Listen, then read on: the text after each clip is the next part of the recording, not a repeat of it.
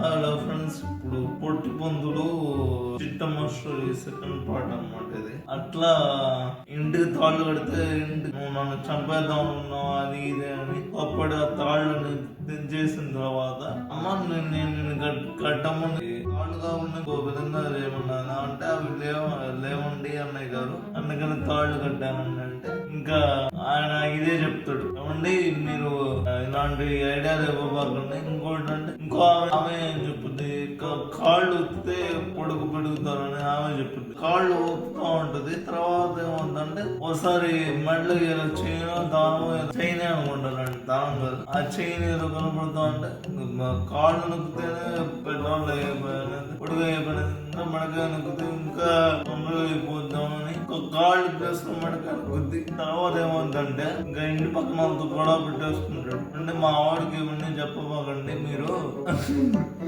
నన్ను చంపపోయిందండి ఇట్లా అని చెప్పడంతో ఇంకా బతికితా ఒక కాళ్ళు పిసికి దాని మీద పొడుగు చేసే దాని మీద కాకుండా వేరే దాని మీద పెట్టుకుంటది. అది ఫ్రెండ్స్ 100తో స్టోరీ ఎండ్ అయిపోతుంది. ఇంకో స్టోరీతో మేము వస్తాను.